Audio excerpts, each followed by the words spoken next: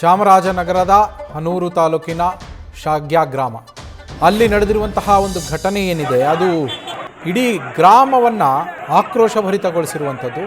ಕಾರಣ ಏನು ಅಂದರೆ, 3 ಜನ ಕಾಡಿಗೆ ಹೋಗಿದ್ದರು. ಆ ಕಾಡಿಗೆ ಹೋದಂತಹ ಸಂದರ್ಭದಲ್ಲಿ ಅವರು ಅಲ್ಲಿ ಪ್ರಾಣಿಯನ್ನು ಬೇಟೆಯಾಡಿದ್ರು, ಅದರ ಮಾಂಸವನ್ನು ತೆಗಿತಾ ಇದ್ರು. ಅಲ್ಲಿ ಆ ಸಂದರ್ಭದಲ್ಲಿ ಅರಣ್ಯ ಇಲಾಖೆ ಸಿಬ್ಬಂದಿ ಅಲ್ಲಿಗೆ ಹೋಗಿದ್ದಾರೆ. ಆಗ ಅರಣ್ಯ ಇಲಾಖೆ ಸಿಬ್ಬಂದಿಯ ಮೇಲೇ ಇವರು ಫೈರಿಂಗ್ ಮಾಡೋದಕ್ಕೆ ಪ್ರಯತ್ನವನ್ನು ಮಾಡಿದ್ದಾರೆ. ಅದಕ್ಕೆ ಕೌಂಟರ್ ಆಗಿ ತಮ್ಮ ಆತ್ಮರಕ್ಷಣೆಗೋಸ್ಕರ ಅರಣ್ಯ ಇಲಾಖೆ ಸಿಬ್ಬಂದಿ ಇವ್ರ ಮೇಲೆ ಗುಂಡನ್ನು ಹಾರಿಸಿದ್ದಾರೆ.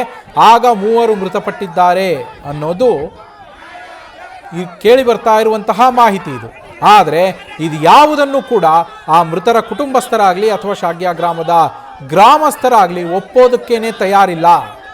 ಯಾಕೆ ಅಂದರೆ, ನಾವು ಅರಣ್ಯದ ಪಕ್ಕದಲ್ಲಿ ಇರುವಂತಹ ಗ್ರಾಮಸ್ಥರು, ನಮಗೆ ಅವೇರ್ನೆಸ್ಸೇ ಇಲ್ಲ, ಜಾಗೃತಿಯೇ ಇಲ್ಲ. ಏನು ಮಾಡಿದ್ರೆ ಏನಾಗತ್ತೆ ಅನ್ನೋದ್ರ ಬಗ್ಗೆ ಯಾರು ನಮಗೆ ಜಾಗೃತಿಯನ್ನು ಅಲ್ಲಿ ಮೂಡಿಸುವ ಕೆಲಸವನ್ನೇ ಮಾಡಿಲ್ಲ.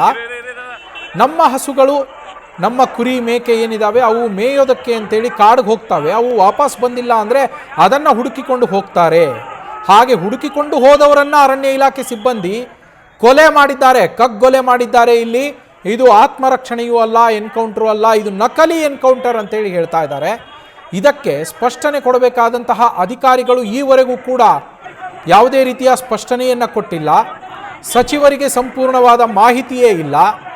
ಮತ್ತೊಂದು ಕಡೆಗೆ ಈ ಪ್ರಕರಣದಲ್ಲಿ ಹಲವು ಪ್ರಶ್ನೆಗಳನ್ನು, ಹಲವು ಅನುಮಾನಗಳನ್ನು ಮೂಡಿಸ್ತಾ ಇರೋದು ಏನು ಅಂದರೆ, ಈ ಎನ್ಕೌಂಟರ್ ಏನು ಮಾಡಲಾಗಿದೆಯಲ್ಲ, ಇದಾದ ಮೇಲೆ ಆ ಎನ್ಕೌಂಟರ್ ಮಾಡಿದಂತಹ ಸಿಬ್ಬಂದಿ ಯಾರಿದ್ರಲ್ಲ ಅವರೆಲ್ಲಿದ್ದಾರೆ? ಅವರಿಗೆ ಹಿರಿಯ ಅಧಿಕಾರಿಗಳು ಪರ್ಮಿಷನ್ ಕೊಟ್ಟಿದ್ರ?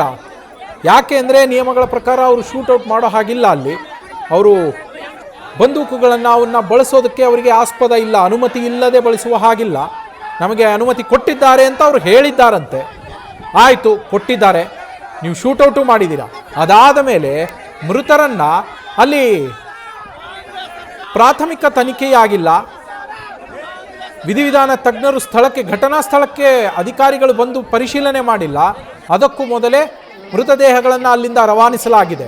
ಅದು ಎಲ್ಲಿಗೆ ನಡೆದಿರೋದು? ಹನೂರು ತಾಲೂಕಿನಲ್ಲಿ.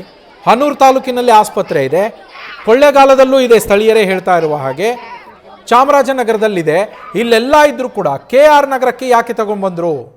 ಹೀಗೆ ಹಲವು ಪ್ರಶ್ನೆಗಳು, ಹಲವು ಅನುಮಾನಗಳು ಈ ಕೇಸ್ನಲ್ಲಿ ಕಾಡ್ತಾ ಇದೆ. ನ್ಯೂಸ್ ಫಸ್ಟ್, ನಿರ್ಭೀತಿಯಿಂದ ನಿಮ್ಮ ಪರವಾಗಿ.